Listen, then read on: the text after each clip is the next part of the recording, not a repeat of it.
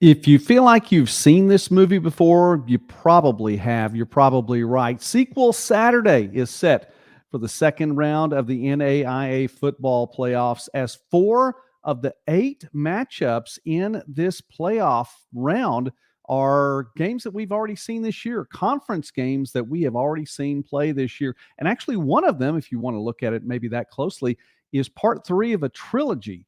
We'll talk about that and a whole lot more as we preview all eight of these games here tonight and we get ready for Sequel Saturday, the second round of the playoffs. I'm Joey McWilliams. Thanks for watching Midwest Sportsnet tonight. And I encourage you and I invite you, especially if you're watching the live stream, please let us know from where you are watching and get involved. We love to talk football tonight. That's what we're doing on a Wednesday night, a little bit different time tonight than we normally go on the air, but I want to thank you for being on with me tonight. Also, we do have a change for this weekend as well. I know it's all about consistency, and I like the consistency.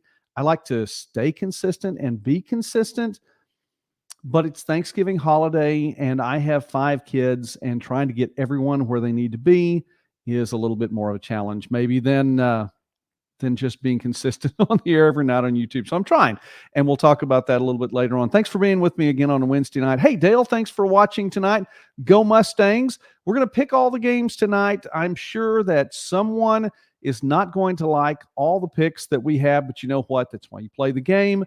It's not played on paper, certainly not played according to the way that I pick things. So that's all right too. But we're going to talk about all of them tonight. So let's go ahead and do that right now, and let's get a graphic up there just to get things started. Shout out to Dale. Shout out to Dave tonight. Shout out to Jake as well. And you know what? Thanks for being with me in spirit tonight, Jake. I really appreciate that. God bless you all. Thanks for watching. The first one up there is Dort taking on the top team in the country, and you're going to see a pattern as we go on. We're not going to talk that much about seeds necessarily because really – it's not about the seeds right now. So we're going to talk about just the matchups that we have in front of us and to enjoy those games. So Dort 9-2 coming in, Northwestern 11-0. Now you look at this matchup here. Obviously, this is one of the 4 matchups that we've already seen, 4 games that we've already seen played out in 2023. Conference game that was played on October 21st. That was back in week 8, and Northwestern came away with a 35-14 victory. Did you know Northwestern has never lost to Dort? 16-0 all time against the defenders. Jalen Gramstead back in October, 20 of 23 passing. How's that for effectiveness? 20 of 23 passing for 161 yards, 2 passing touchdowns, 15 carries for 75 yards. Dort, by the way, led by Brendan Piper, who we'll talk about a little bit later on as well, limited to 5 carries for just 28 yards, no touchdowns for Piper in all of that. So you kind of see how things went. We talk about the Northwestern offense quite a bit and the Dort defense, but the Northwestern defense really did its job back in week 8 to come away with the victory. For the defenders, last week was the first ever playoff win in program history, a 35-7 victory over the Ottawa Braves. That's Ottawa of Kansas, and as Casey might say, the real OU. Dort coming away with the win for Coach Joel Pinner. Colton Cruz for the season, 95 for 169, 1,146 passing yards, but he's throwing only 52% completion rating for the year. 10 touchdowns, 7 interceptions, not necessarily the ratio that you want. However, he has carried the ball for 628 yards on the ground, 6 rushing touchdowns to go with those 10 he has through the air. Brendan Piper leading the way, 724 rushing yards. He has 12 rushing touchdowns. He's done a good job for Dort. For the Red Raiders, though, 24 consecutive wins under Coach Matt McCarty. That includes a national championship last season. So making it all the way through the regular season this year, 11-0, defending national champions. A lot to be said for that. Obviously, the number 1 team in the country, and they're going to be playing this one in Orange City. Jalen Gramstead, we mentioned him earlier, 2,887 yards passing on the year, averaging 262.5 per game. That's 11th in the NAI, has 27 passing touchdowns to just 7 interceptions. Decent ratio there. What we have not seen from Jalen Gramstead that much over the course of this year is his running game.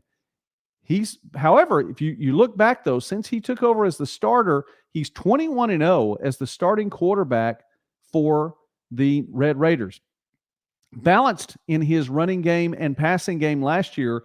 We haven't seen that much of the ground game this year. And you know what? They haven't needed to see that much of the ground game this year. But for Coach McCarty, it has to be one of those things in his back pocket to where he's saying, if we ever need him to run the ball, we know that he can do it. So we'll see if this is something that shows up during the playoffs. By the way, Jake, glad that you're with us here tonight, and go Valor. That is a conference cheering on, because we know that Jake is a big-time Friends fan, and a blessed Thanksgiving to you and to everyone as well. Milton watching from Fort Myers, Florida tonight, still cheering for Indiana Wesleyan. Obviously, Western Bulldogs. Let's go. Matilda Apartments. Thanks for watching tonight. We'll talk about Montana Western. It's going to be closer to the end, but we will do that. And Jake is in Osage County, so in the great state of Oklahoma right now. Props to Jake for being right here in the Sooner State. Northwestern again, Jalen Gramstad leading the way. Connor McQuillan, 1,105 rushing yards, 17 rushing touchdowns, has 5 receiving touchdowns as well. That goes not to take away from what Michael Story has done. He has 13 receiving touchdowns this year, 42 on the career. He's now the career leader for Northwestern in receiving touchdowns. So our pick here in this, Dort has never beaten Northwestern. 16-0 all-time, the Red Raiders in this series, the number 1 team in the country, defending national champions. First playoff game this season for the Red Raiders as they got the bye in that first round. We're picking Northwestern in this one, and we think that the Red Raiders at home will be able to get the job done. By the way, it won't take long, and you all will find a pattern in some of these picks. Dickinson State taking on Grandview. Grandview, we have become more appreciative about over the course of the year. And without question, this is a Grandview team that comes into to Saturday's matchup, having won 50 consecutive regular season games. A couple things along the way. You have to go back a few years since the last national championship. I think that was in 2013.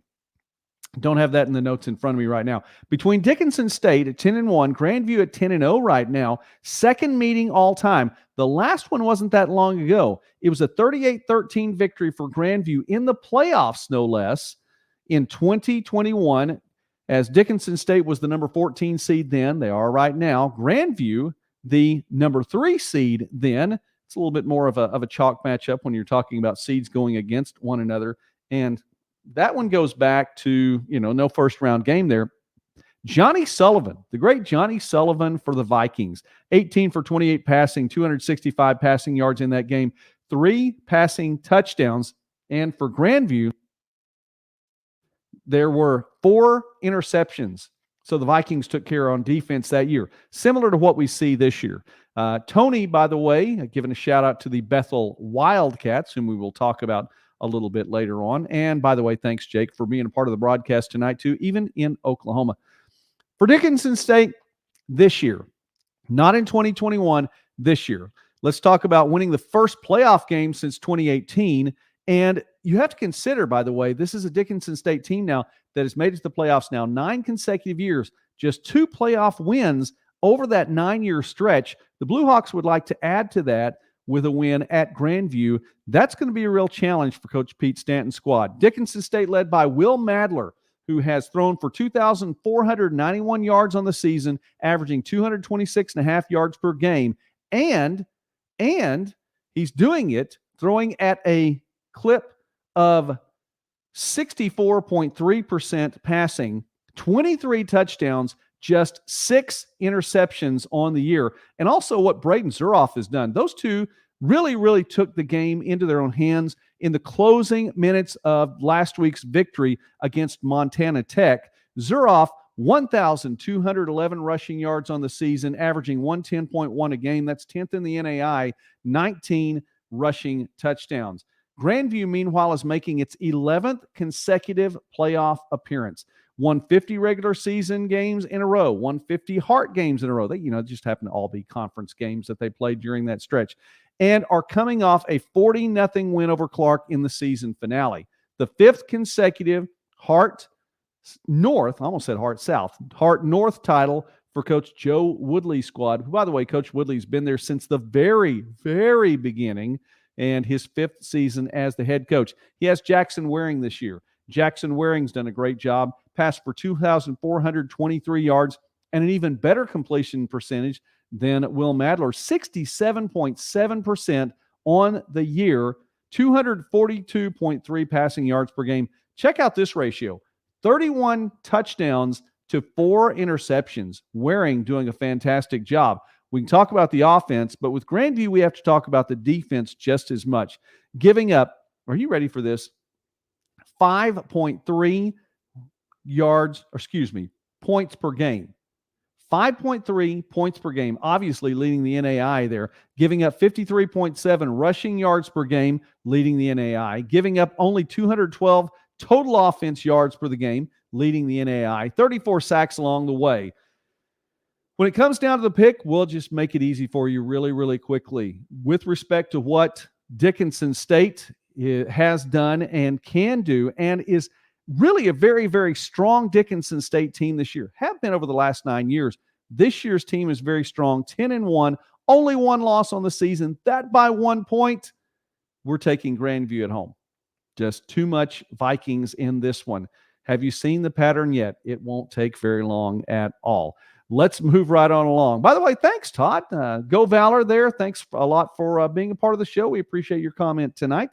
As we move on down, the number 3 seed in this playoff series is Kaiser taking on St. Thomas. Now, this is one of those matchups that you look at and you think it kind of has to happen. And we've already talked and probably talked too much about the makeup of the games and the matchups. We know that proximity goes into play big time in these matchups as much as it absolutely can. But when you think about these two teams, you think about the proximity in where they are geographically, but you also think about the proximity in what they've done this year. Both of them have scheduled incredibly tough schedules. Kaiser's 2 losses this team, both this year, both coming to Division II teams in the NCAA. St. Thomas traveled across the Mississippi for the first time and second time, by the way, in program history. A 3-point loss all the way into the state of Montana at the perennial powerhouse in Carroll. Just a couple weeks later, they go on the road and get a win against Texas Wesleyan in Fort Worth. The losses have come against really, really tough teams. Both of them make the playoffs. Both of them fantastic years and deserving to be there. And you just, because of the way these two teams have similarities in what they've done this year, and because this is also number 2 of our rematches, you hate to see them play one another in this first game for Kaiser, second game for St. Thomas, but that's what's there. So, all right, shout out to Todd. Thank you very much for being a part, Todd. Really appreciate that. Let's talk about the game. Let's talk about the first one then. Alejandro Prado, who put up a couple of field goals last week, had a 40-yard fake punt, and St. Thomas, though, couldn't score on that drive. St. Thomas falling to Kaiser back in, I want to say it was week 4, week 5. It was week 6, October 7th.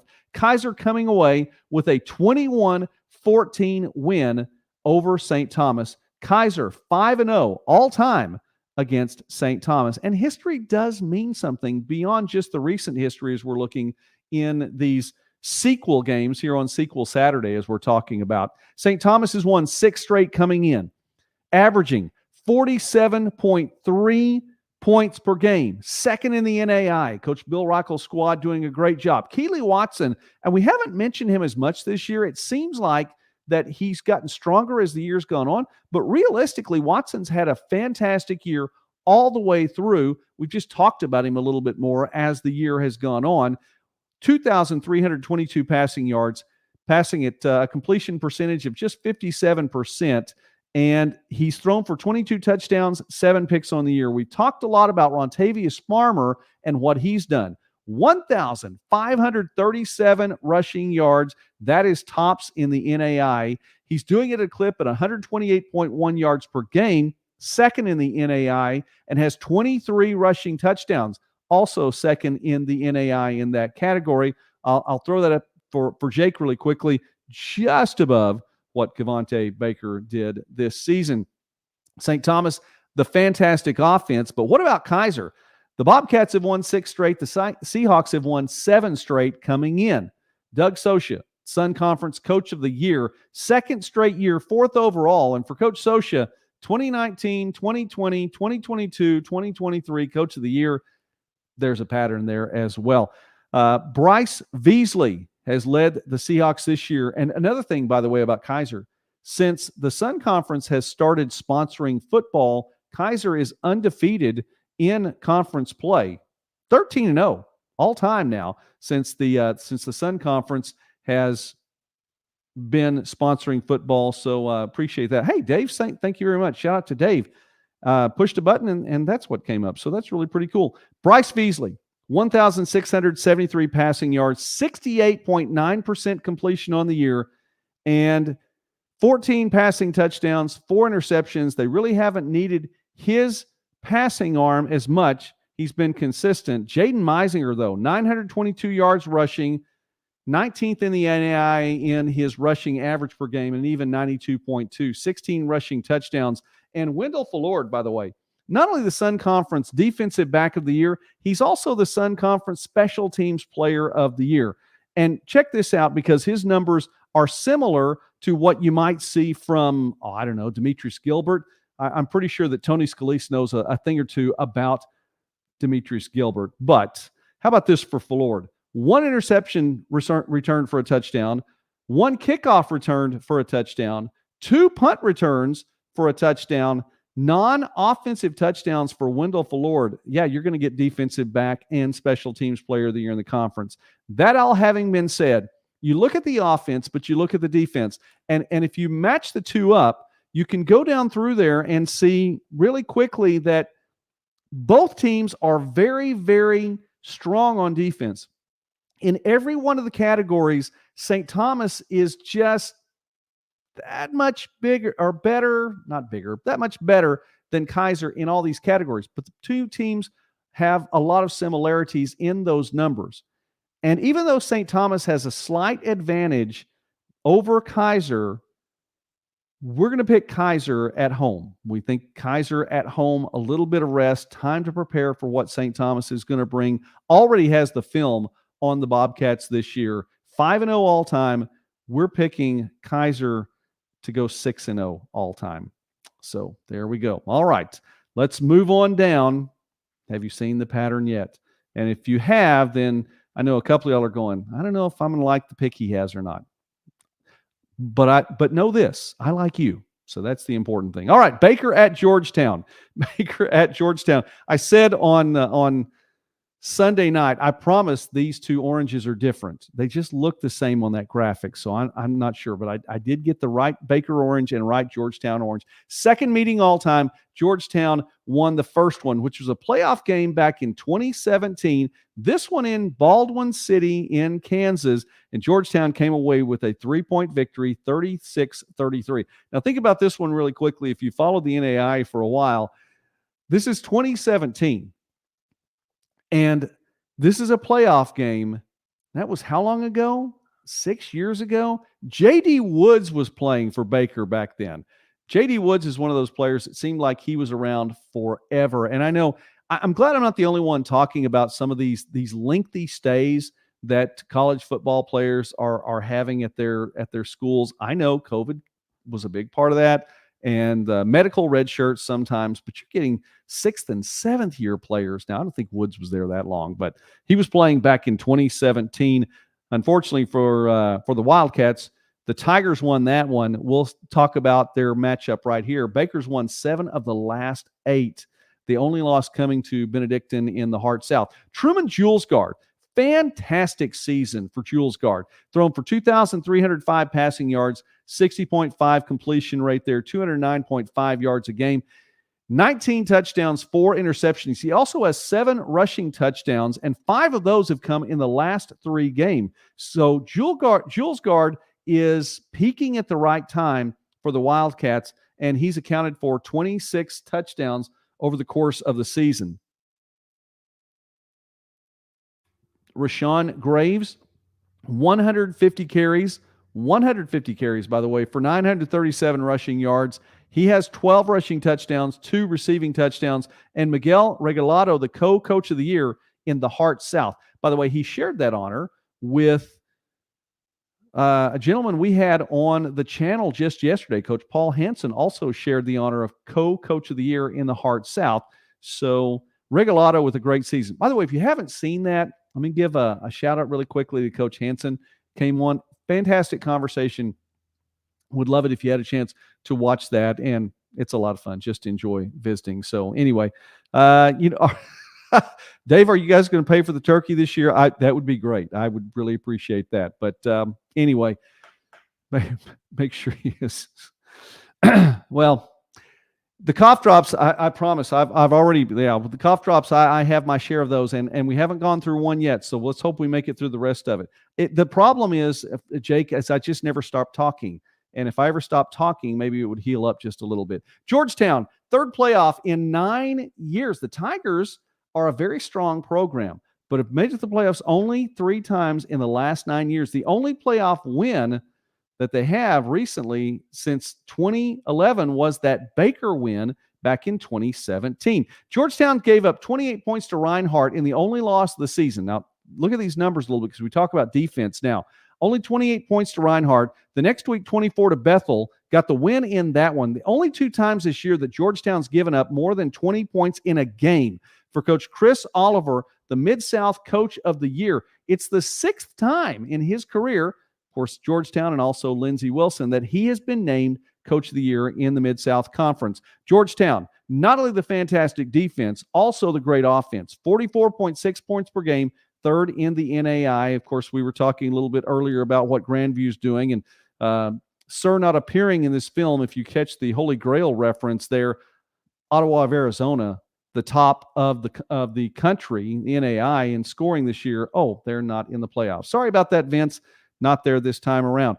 Gehrig Slunacher, 1,383 passing yards, 153 yards per game, 11 touchdowns, 8 interceptions. But Darius Neal has carried the load on offense quite a bit as well. 1,024 rushing yards, 17 rushing touchdowns on the season. And how about what Chad Holleran has done, the Mid-South Conference Defensive Player of the Year? 69 tackles, 7.5 tackles for loss, 3 sacks, a forced fumble, an interception. And this is on a defense that's giving up only 11.9 points per game, 2nd in the NAIA, 4th in defensive, or 4 defensive touchdowns, and giving up only 251 yards of total offense a game. So Baker, 9-2, peaking at the right time is Jules Gard. The Wildcats are strong, but Georgetown's at home.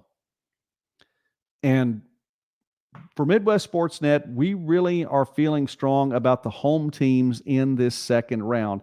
And I realize the odds of the home team winning every game in this, well, I mean, you go back to the Texas Rangers and the Houston Astros in that AL Championship Series recently. If you followed that, I don't know, we talk a little baseball right here. The road team won every game, every single game in that series. Can the home team win every single game on Saturday? And I know some of you all are hoping that is not the case. We're picking the home team again. We're picking Georgetown in this one over Baker. So, all right. St. Xavier at Marion. St. Xavier 7-3, won the de facto playoff game to get into the playoffs against Roosevelt. Won the playoff game and actually didn't have to have one last week. Sorry, I jumped the gun on that one. St. Xavier 7-3. Marion 9-1. Now we're getting into games in which it's the first game for both teams here. St. Xavier's 10-6 all-time in the series. St. Xavier is 2-1 in playoff meetings against Marion. However, the last playoff meeting was last year, and it was a Marion win in that one, 41-7, a no-doubt win. Now, this is not only a sequel for this season, but this is actually, if you think about this, this is part 3 of a trilogy. These 2 teams now will have played, after Saturday's game, 3 times in 13 games. They played twice in 3 games back at the start of the season after the playoff game. Second game of the season, St. Xavier and Marion played. Marion won that one 28-21, forced 4 turnovers in the game, and it's a one-possession game. So St. Xavier had its chances, but Marion, with a strong defense, came away with the win. So again, this is really part 3 of the trilogy. St. Xavier's won 4 of its last 6 games and has made it to the playoffs 3 consecutive years, 15 times in the last 19 years. The Cougars are just perennially in the postseason. Mike Feminis, the Midwest Coach of the Year in the Mid-States Football Association. He's won this honor 6 times in the Midwest and 3 times in the Mideast as well. Coach Feminis, fantastic job. Led by Stuart Ross this year, a quarterback who has played well all year, but has excelled as the season has gone on. 1,718 passing yards, 214 a game, 22 touchdowns to just 3 interceptions. That's pretty good. 66.3%. Here's the cough drop. Completion percentage there. And how about Justin Pringle, the Midwest Offensive Player of the Year? 54 catches, 11 receiving touchdowns, 13 carries, 1 rushing touchdown. He has 1,551 all-purpose yards on the season. A fantastic, fantastic season for him. Just a great year. Marion, on the other hand, 1 loss. Just 1 loss. That was the Indiana Wesleyan by 2 points. A game that could very well have gone into overtime, and then in overtime, it's anybody's game anyway, but the Wildcats come away with a big, big victory. They secured the automatic bid in the playoff. You knew that the team who lost in that matchup was going to go anyway. Marion loses, comes back, wins the next week. 1 loss on the season for the Knights. Coach Ted Karras, 3-0, who is the once and future, and of course now coach for the Knights, 3-0 all-time in the first-round games. This is a second-round game, but realistically, it's a first-round game. Zach Bundelow, 2,180 yards passing, just 59% completion there for Bundelow, but 218 yards a game, 16 touchdowns, just 5 interceptions. It's Marion's defense we'll talk about here, but check these numbers out. Marion's defense giving up 274 yards a game. St. Xavier's defense giving up 273 yards a game. I like what the Cougars have done on offense of late. I like what the Knights have done on offense throughout the season.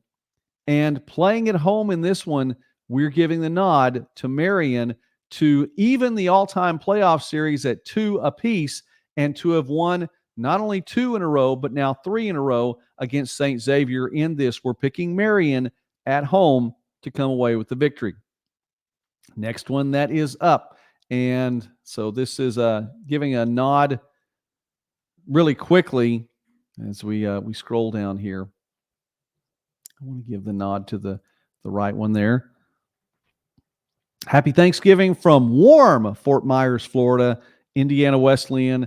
Shout out to Milton there watching us from Florida, and I appreciate that. Usually Oklahoma's fairly warm at this time of year. I don't mind it being a little bit cooler. I actually have the heater going on out here in Studio B right now, so that's fine. It's nice enough you can put a heater on out here. Morningside at Indiana Wesleyan. Raise your hand if you had this on your bingo card as games you might see in the playoffs this year. Okay, I did. It was a game that I thought could show up in the playoffs this year. Seriously. Could be a 2 versus 3 matchup if seeds hold out, something like that.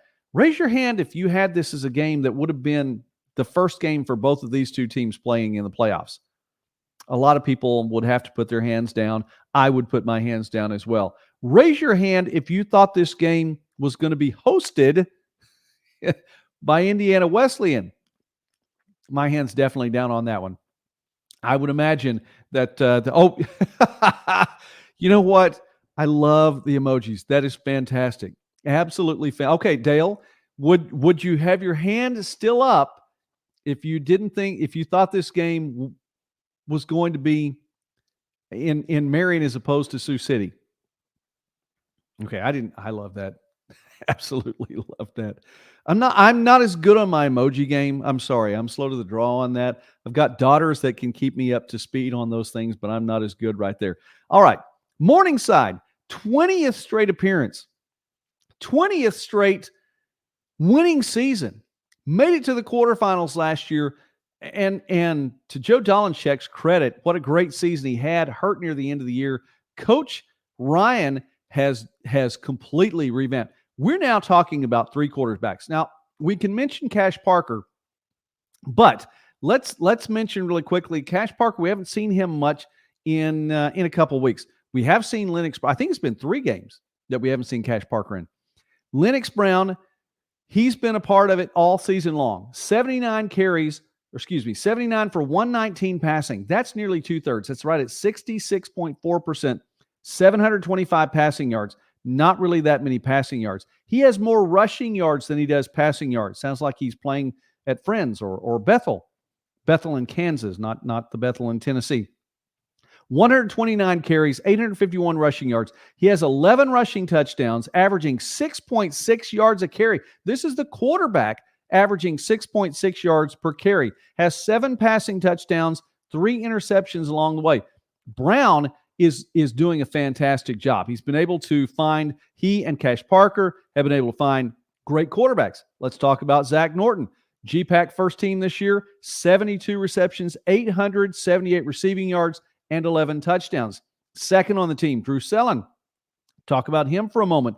53 catches, 563 receiving yards, 3 touchdowns.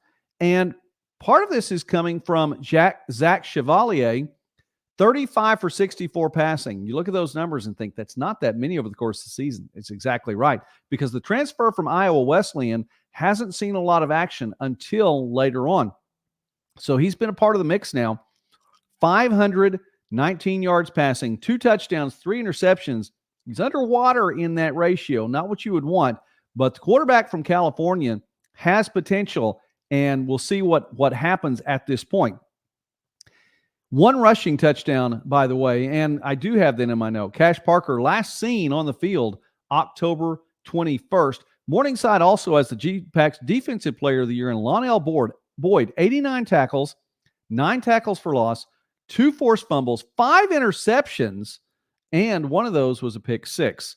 So we'll see there. All right, Dale throwing that out there. Quarterback formula will dictate how the Stangs perform. Game to game, it's anybody's guess what it looks like.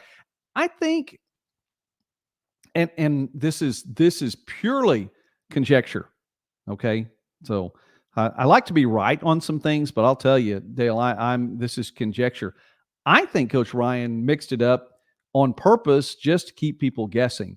If you've got, and that's not to say you don't put certain quarterbacks in at certain times. Obviously, when they're you've got a team that defends the pass really well, put Brown in there. You got a team that defends the run really well. You put Parker in there to throw the ball more. You've got the receivers obviously to get it done in any situation. But that loss last year in the quarters, and really it was, you had a tough time getting out of the first round too. That was that windy game up in Sioux City, that first playoff game. That one was a tough one too, and I think Dolanchek struggled in that one as well. So I think he mixed it up a lot on purpose, but it is anybody's guess as what it's going to look like. So you have to think about what Indian and Wesleyan is going to bring to the table. Let's talk about their offense for a moment. It's a team that lost its last game of the season, had a great winning streak going on, regular season games, that lost to Concordia 21-10. The offense didn't make that much of an appearance in this game. I was about to say the third year that Indiana Wesleyan has played in the playoffs. That's not true. It's the third year that Indiana Wesleyan has qualified for the playoffs. Didn't get to see action a couple of years ago in 2021. Xander Stokes, 199 completions on the year, just needs one more to hit that 200 mark out of 321 passes thrown, 2,399 yards passing, 60.7% completion rating, 239.9 a game. That's 16th in the NAIA, 23 touchdowns, 8 picks. Dadarian Tay Williams, 166 carries for 1,104 yards rushing and 11 touchdowns. Luke Bays leads an incredible defense with 96 tackles, 9 tackles for loss, a sack, 2 forced fumbles. One of those he recovered and has an interception So the offense is there. We know that Morningside has a defense as well. So for Dale and for Dave, And that's why you play the game. But the Indiana Wesleyan defense, other than against Concordia, which, by the way, giving up 21 points to Concordia, I don't think is that big a deal. I think that not scoring more than 21 points against Concordia was Indiana Wesleyan's problem last or 2 weeks ago. We've taken the home team so far.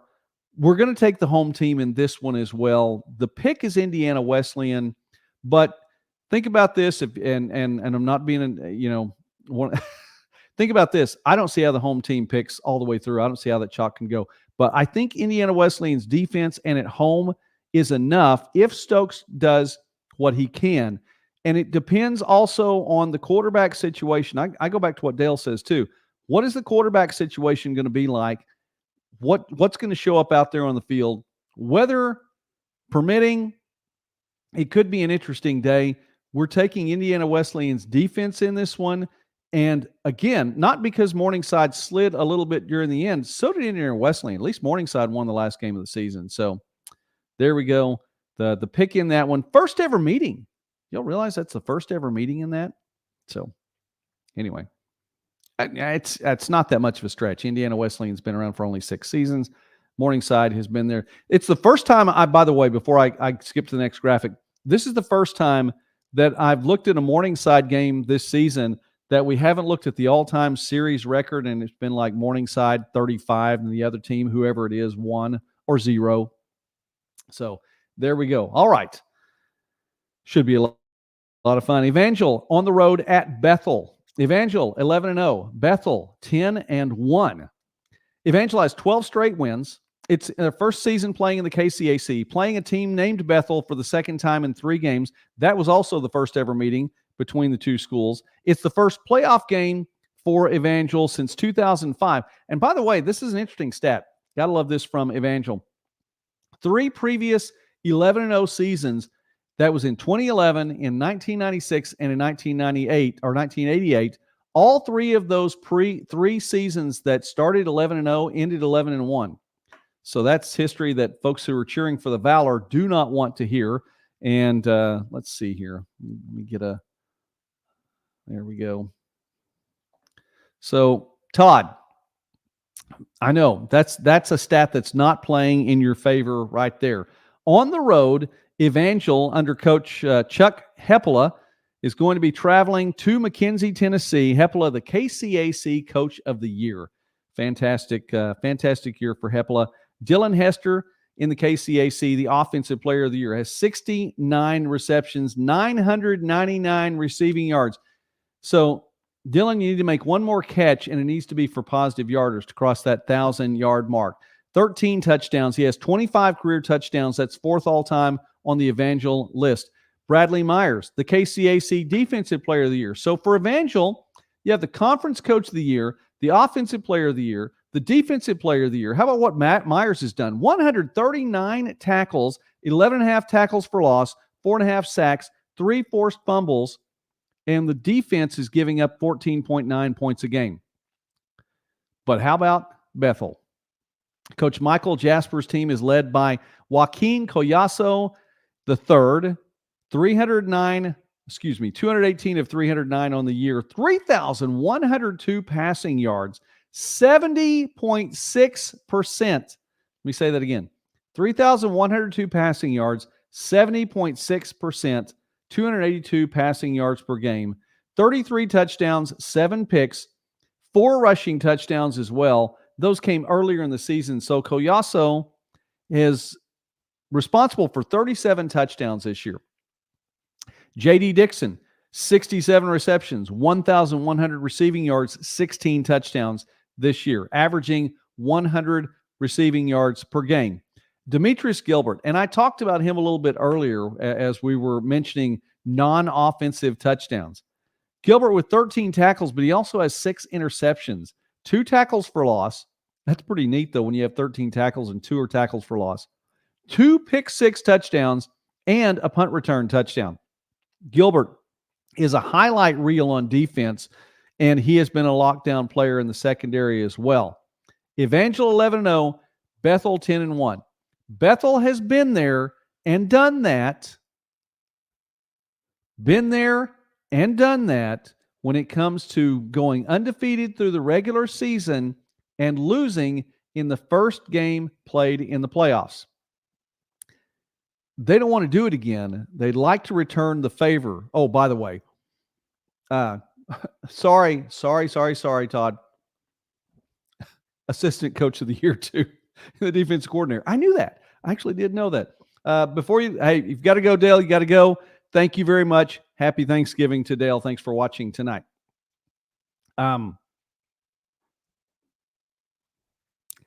They've been there. They've done that. They want to do it to someone else. First ever meeting between Evangel and Bethel. And Tony, I think you may be one of the only people I made happy with my pick tonight. We're going with Bethel. We think the Wildcats have this at home. The Valor have had a fantastic season, but we think the Wildcats have a little bit more at home. And by the way, now I realize that Vegas doesn't have odds on these and doesn't have all of the different prop bets and everything else that goes on. It would be fun to get to talk about those. And maybe this may be something that I would ask of you. Consider this, folks that are watching here really quickly. Give us, for next week's game, your favorite prop bet. What would you see as a prop bet coming into the next week of games? We'll get into the quarterfinals next week. Who do you think would score first? Whatever the case may be, over under, those are all really, really good. I guess over under is not really a prop bet, but that's okay. If Vegas put numbers on this, I would think the over under would be 44.5. I just don't see a lot of points being put up in this one. That's, of course, when one team just goes bananas and says, we'll just show you, Joey, you don't really know what you're talking about. We're taking Bethel to home. And we think in two solid defenses like this, Bethel's may have just a little bit more, and Joaquin the Dream may have just a little bit more as well, too. So we're taking the home team. All right, final one of the night, and guess what? Well, if you're watching Matilda Apartments, by the way, you probably know which way we're going to pick because there's your pattern. But let's talk about the game anyway here. No surprise there. College of Idaho at Montana Western. Another sequel. It's another sequel. And we're seeing this again. Montana Western 9-7 all time, but College of Idaho won earlier this year, and it came down to the wire. Now, College of Idaho, it was week 3 for them, third game of the year. For Montana Western, it was the second game of the year. Montana Western went up 35-31 with about a minute 4 left. It was Palandry to Norse. It's been Palandry to Norse so many times this year. But College of Idaho took a timeout, and they drove down the field that final minute, 5 seconds left, 25-yard line, and Peter steps back, throws. It goes deep in the end zone. It's tipped not once but twice and finds Schofield in the back of the end zone. He hangs on for the win, 37-35. College of Idaho down to the wire, get the win. Big-time win over Montana Western. The only blemish on the Bulldogs' schedule all year long. And since that time, they've won quite a few games, including 8 consecutive games. Let's talk about College of Idaho first. The visitors here, second playoff appearance. And, I've got some – in my research, it has College of Idaho making playoffs way back in like the 1950s. So maybe that wasn't NAIA playoffs. First one, realistically, since the program has been revived, that was back in 2019. They won a playoff game that year as well. Coach Mike Morosky in his 10th season with the program. I like what he's doing with this team, and just get to hear some of his coaching philosophy. Just really appreciate that and enjoy what's there. Andy Peters, big-time year, 2,513 passing yards. He's had 27 touchdowns to just 7 interceptions. He also has 647 rushing yards, which leads the Yotes in rushing, and 4 rushing touchdowns too, responsible for 31 touchdowns this year. John Schofield, 39 catches, 627 yards, 10 receiving touchdowns. He has 19 carries and 9 rushing touchdowns as well. When you have nearly 20 carries and almost 50% of your carries result in touchdowns, fantastic season. He's responsible for not 19 touchdowns, but 20 touchdowns too, because Schofield has a passing touchdown. Has 20 touchdowns that he's responsible for this year. Bulldogs led by Coach Ryan Norse, who is the conference coach of the year. Michael Palandry, the Frontier Conference Offensive Player of the Year. third consecutive year it's gone to a Bulldog quarterback after back-to-back years from John Junn. And we said he was going to be hard to follow. Pelandri has said, hold my Dr. Pepper, I've got this. And he definitely has done that. 2,731 passing yards, 25 touchdowns to just 3 interceptions.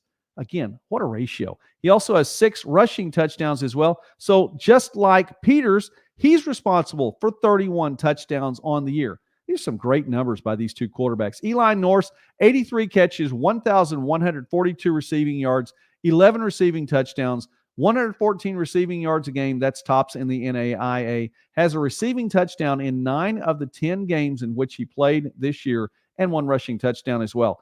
Here's what we're going to get to, okay? And this is where it comes down in this game according to the way we see it. Reese Arts, Tanner Harrell, both senior defensive linemen. Those two were held in check in that first game against College of Idaho. One had 1 tackle, one had 2. Those two were held away, giving Peters an opportunity to work, especially near the end of the game. The first game was in Caldwell. This one is in Dillon. We think the Bulldogs defense steps up, gives Peters a little bit more this time around than what he wants. We feel like Pelandri can get it done on the offensive end. Both these teams can get it done. But it's going to be more of the Bulldogs defense. And we're picking Montana Western for the win. So yes, if you're scoring at home, and even if you're alone, this is not 1, not 2, but 8 consecutive home teams that we picked. And I know the likelihood of that holding up is so astronomically against it, but we just couldn't pick against. There were a couple near the end that got down there. It was tough. It's tough to pick against Morningside in the playoffs, and I don't know that I've ever done it before. But we're taking Indiana Wesleyan. That was tough to pick against an undefeated team in Evangel. But we went ahead and went with the Wildcats in that one. So those are our picks. We've previewed all 8 of the games in sequel Saturday and hope that you've enjoyed. I've enjoyed you all being along for the ride. Thank you very much for that tonight. Couple things, and this is what we want to – oh, actually, let me start with this. Happy Thanksgiving. Guys, have a great Thanksgiving. I'm going to be at the mother-in-law's house with a lot of my kids there. I'll get to see all 5 of my kids before the weekend is up. So we're happy about that. Not all 5 at one time, but all 5 before the week is up. So that is good. Speaking of kids, in having 5 kids and 1 in college now, last weekend had quite a weekend in between broadcasting in Hot Springs, driving to Springfield to pick up a daughter from college, driving back to Hot Springs, pulled an all-nighter driving. A lot of fun got spent with my daughter, but it was fun broadcast, by the way, too. Love calling volleyball. That is a lot of fun.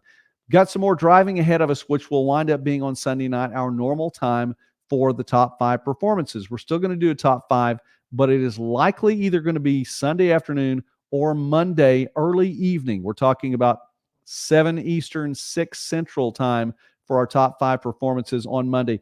And I want to be consistent with this because you all have been consistent with me in watching the program and coming on with the super stickers, the fun stuff like that. I enjoy it. And just being a part of the broadcast in the chat like you guys tonight. I'm so thankful for you all being on the chat on Thanksgiving Eve. And it means a lot to me. Honestly, I don't think I could tell you. It means more to me than probably what you know, that you come on and get to visit. Even though that Todd thinks I'm 80. I'm not going to go with 12.5% wrong, Todd. I'm going to go with 87.5% right. That makes it sound a little bit better, at least from my perspective. It means a lot that you all come on and visit with me. So thank you for that. We're trying to keep it consistent, but please understand that I do have to take my daughter back to college. So Monday night, very, very likely on that. And who knows, we may pop on for a live stream somewhere along the way. Anyway, but to Todd and everyone tonight, and really, by the way, Todd, I appreciate that. Dave, Jake, all of you all for watching tonight. Everyone for being a part of it. Happy Thanksgiving to you all. I pray that God bless you and that you guys have a good Thanksgiving. I want to give a special shout out to my son, Joseph. I'm so thankful for you, Joseph. You are an incredible young man. You mean a lot to me, and I'm so glad that God gave you to me and to all of my children. I'm just thankful for you also. God bless you guys tonight. Thanks again for being here. Hey, let's watch some football. There's some D1 action going on, I know, on Thursday and Friday before Saturday. So enjoy all of that, and then we'll watch some football on Saturday. And if we get a chance, we'll just pop on a live stream, do what we can, go from there. If not, we'll talk again very, very soon. God bless you, Todd. God bless all of you. And I'm going to go ahead and get this on here before it goes off the air. Hang on. I always put this on here after it goes off the air.